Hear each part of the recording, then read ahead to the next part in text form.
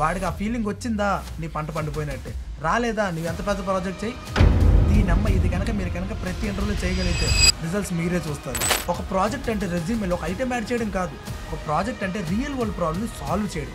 And ఇంకోటి చెప్తున్నా, ఇది నిజంగా జరిగి ఉండాల్సిన అవసరం లేదు. అంటే మీరు నిజంగా మీ స్టాఫ్తో మాట్లాడాల్సిన అవసరం లేదు, మీరు పర్పస్ అది ఉండాల్సిన అవసరం లేదు. అంటే ఇంటర్వ్యూర్ ఎప్పుడు కూడా మీ ప్రాజెక్ట్లో కోడ్ క్వాలిటీ చూడడు, మీ థాట్ ప్రాసెస్ని చూస్తాడు. అంటే వాడు కనుక నిన్ను ఏదైనా సమస్య ఎదుర్కొన్నావా అని క్వశ్చన్ అడిగితే చెప్పు దీనమ్మ నువ్వు చాలా సమస్యలు ఎదుర్కొని ఉంటావు,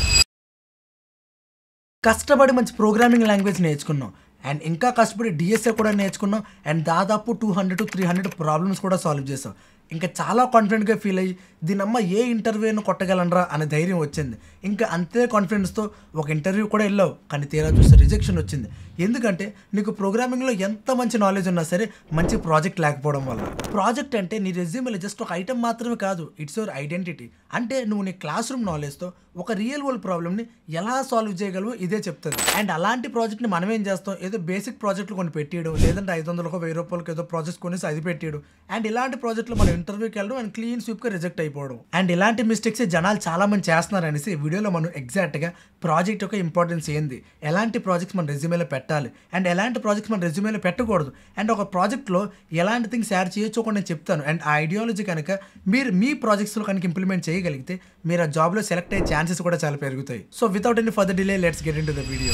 ఒక ప్రాజెక్ట్ అంటే రెజ్యూమేలో ఒక ఐటమ్ యాడ్ చేయడం కాదు, ఒక ప్రాజెక్ట్ అంటే రియల్ వరల్డ్ ప్రాబ్లమ్ని సాల్వ్ చేయడం. టెక్స్ట్ బుక్లో ఉన్న కోడ్ కాకుండా రియల్ లైఫ్ యూస్ కేస్కి సొల్యూషన్ డిజైన్ చేయడం. సో ఫస్ట్లీ ఒక మంచి ప్రాజెక్ట్ అంటే ఏంటో చెప్తా వినండి. ఏంటంటే మీ ప్రాజెక్ట్ అనేది ఎప్పుడు కూడా ఒక ప్రాబ్లమ్ని సాల్వ్ చేస్తూ ఉండాలి. అంటే లెట్ సపోజ్ మీది ఒక ఈవెంట్ మేనేజ్మెంట్ యాప్ అనుకోండి. అంటే ఎవరైనా వచ్చి వాళ్ళ ఈవెంట్స్ని మీ యాప్లో రిజిస్టర్ చేసుకోవచ్చు, అండ్ జనాలు ఎవరైనా సరే ఆ ఈవెంట్స్ని టికెట్స్ కొనుక్కోవచ్చు అనుకోండి. బేసిక్గా ఇది మీ అప్లికేషన్ అనుకోండి. సో ఇప్పుడు మీరు కనుక ఇంటర్వ్యూర్ దగ్గరికి వెళ్ళి ఇది నా అప్లికేషన్ ఏంటంటే ఎవడైనా రావచ్చు, వచ్చి వాడి యొక్క ఈవెంట్స్ని లిస్ట్ చేయొచ్చు అండ్ నేను కొనుక్కోవచ్చు అన్నాను అనుకోండి. వాడు ఎలా ఆలోచిస్తాడు, ఓకే ప్రాజెక్ట్ బాగానే ఉంది ఇలానే కదా ఆలోచిస్తాడు. బేసిక్గా ప్రాబ్లం లేదు, నార్మల్గా బాగానే ఉంది గుడ్ అనుకుంటాడు. బట్ లెట్ సపోజ్ ఇలా కాకుండా నేను వేరే విధంగా చెప్పాను అనుకోండి. ఏంటంటే నా కాలేజ్లో చాలా ఈవెంట్స్ జరుగుతూ ఉంటాయి, బట్ ప్రాబ్లం ఏంటంటే ఈ ఈవెంట్స్ అన్నీ కూడా హ్యాండిల్ చేయడానికి ఒక సెంట్రలైజ్డ్ అప్లికేషన్ లేదు. సో దట్ ఎప్పుడైనా సరే మేనేజ్మెంట్ వాళ్ళు మాతోటి అంటే మా స్టూడెంట్స్ తోటి కాంటాక్ట్ అవ్వాలనుకుంటే ప్రతిసారి కూడా వాట్సాప్ గ్రూపుల్లో షేర్ చేయండి, ఆ గ్రూప్లో షేర్ చేసి ఈ గ్రూప్లో షేర్ చేసి మీ ఫ్రెండ్స్కి చెప్పండి ఇలా చెప్పేవాళ్ళు. సో ఈ సమస్య చూసి నేను ఈ ఈవెంట్ మేనేజ్మెంట్ అప్లికేషన్ అనేది ఒకటి క్రియేట్ చేశాను. సో దట్ మా కాలేజ్లో ఎటువంటి అప్లికేషన్స్ ఎటువంటి ఈవెంట్స్ జరుగుతున్నా సరే వాళ్ళు ఇందులో వచ్చి వాళ్ళ ఈవెంట్స్ని లిస్ట్ చేయొచ్చు అండ్ స్టూడెంట్స్ దీన్ని యాక్సెస్ చేసుకొని వాళ్ళు అంటే ఆ ఈవెంట్స్ యొక్క టికెట్స్ అనేది కొనుక్కోవచ్చు.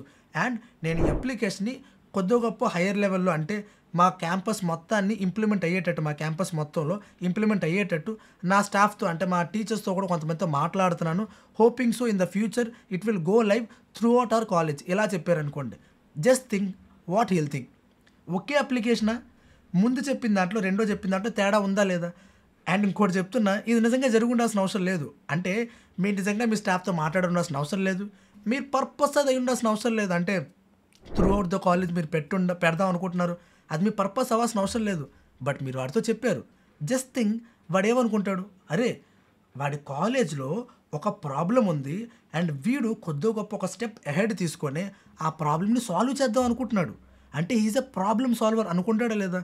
ఫస్ట్ టైం కూడా నువ్వు ఇదే ప్రాజెక్ట్ చేసావు, సెకండ్ టైం కూడా నువ్వు ఇదే ప్రాజెక్ట్ చేసావు. బట్ డెఫినెట్గా సెకండ్ టైం మనం ఏదైతే పిచ్ చేస్తున్నామో ప్రాజెక్ట్ అంటే మన ప్రాజెక్ట్ గురించి మనం ఎప్పుడైతే పిచ్ చేస్తున్నాం, పిచ్ చేయడం అంటే చెప్పడం, మన ప్రాజెక్ట్ గురించి కొద్ది గొప్ప డెమోలో చూపించడం చెప్పడం, అప్పుడు ఆ చెప్పే విధానం ఏదైతే ఉందో మారేసరికి వాడికి నీ మీద పర్స్పెక్టివే మారిపోద్ది. మనం అలా చెప్పాలి సో దట్ నువ్వు ఒక ప్రాబ్లమ్ని సాల్వ్ చేస్తున్నట్టు వాడికి అనిపించాలి. ఇంటర్వ్యూర్ ఎప్పుడు కూడా మీ ప్రాజెక్ట్లో కోడ్ క్వాలిటీ చూడ్డు, నీ థాట్ ప్రాసెస్ని చూస్తాడు. అంటే ఇలానే ఎందుకు ఆలోచించావు, అదే టెక్ స్టాక్ ఎందుకు తీసుకున్నావు, అంటే ఈ ప్రాజెక్ట్ చేసే క్రమంలో నీకు ఏదైనా ప్రాబ్లం వచ్చిందా, అండ్ ఒకవేళ ప్రాబ్లం వస్తే ఎలా హ్యాండిల్ చేసావు, ఇలాంటివి తెలుసుకోవాలనుకుంటాడు. అండ్ దీనికి ఆశించే విధానం కూడా చాలా ప్రాపర్గా ఉండాలి. అండ్ దీని యొక్క ఆన్సర్స్ చాలా కాన్ఫిడెంట్గా అండ్ క్లియర్గా ఇవ్వాలి. అంటే ఒకటే అబ్బా, నువ్వు నిజంగా ప్రాజెక్ట్ చేస్తుంటే వాడు కనుక నిన్ను ఏదైనా సమస్య ఎదుర్కొన్నావా అని క్వశ్చన్ అడిగితే చెప్పు దీనమ్మ నువ్వు చాలా సమస్యలు ఎదుర్కొని ఉంటావు, చెప్పు ఆ రోజు ఎన్నో నిద్రలేని రాత్రులు కూడా చేసి ఉంటావు, చెప్పు ఇవన్నీ నేను ఇన్ని ప్రాబ్లమ్స్ ఎదుర్కొన్నాను అండ్ నేను ఒక్కనే స్వతహాగా ఈ ప్రాబ్లమ్స్ అన్నీ కూడా రిజాల్వ్ చేశానని చెప్పు. నీ కళ్ళలో స్పార్క్ కనబడుతుంది. అదే నీకు అండ్ సొంతంగా చేయలేనివాడికి, ఎవడైతే సొంతంగా ప్రాజెక్ట్ చేయలేదో డిఫరెన్స్ ఆడితే. ఎందుకంటే ఎవడైతే ప్రాజెక్ట్ అని సొంతంగా చేయలేదో వాడిని కనుక ఈ క్వశ్చన్ నువ్వేదైనా సమస్య ఎదుర్కొన్నావా అని అడిగినప్పుడు వాడు బిత్తర చూపులు చూస్తాడు. మహా అయితే ఎదుర్కొన్నానండి చేసేసాను ఇలా ఏదో సులువు అవుతాడు. బట్ నిజంగా చేసినోడికి ఆ స్పార్క్ కనబడుతుంది, ప్రాబ్లం వచ్చింది అనిపిస్తుంది. Again hill become a problem solver. అంటే ఏదో చేయాలి కదా చేసేసాను కాదు, ఒక సమస్య ఉంది అందుకే ప్రాజెక్ట్ అనేది బిల్డ్ చేశాను.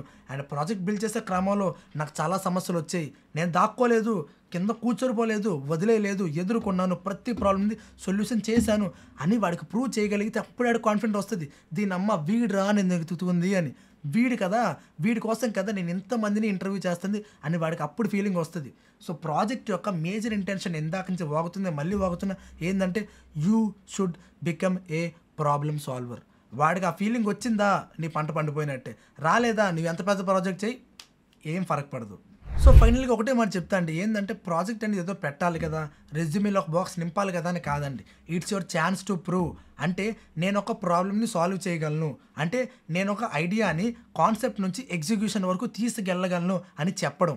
సో నెక్స్ట్ టైం ఒక ప్రాజెక్ట్ స్టార్ట్ చేసినప్పుడు కాపీ చేయడం కాదండి, ఒక ప్రాబ్లమ్ సాల్వ్ చేయండి. అండ్ ఇంటర్వ్యూలో కూడా చాలా ప్రౌడ్గా చెప్పండి, కాన్ఫిడెంట్గా క్లియర్గా చెప్పండి. ఎంతగానో అంటే నీ కళ్ళలో స్పార్క్ కనబడాలి, అంతగానో కాన్ఫిడెంట్గా చెప్పండి.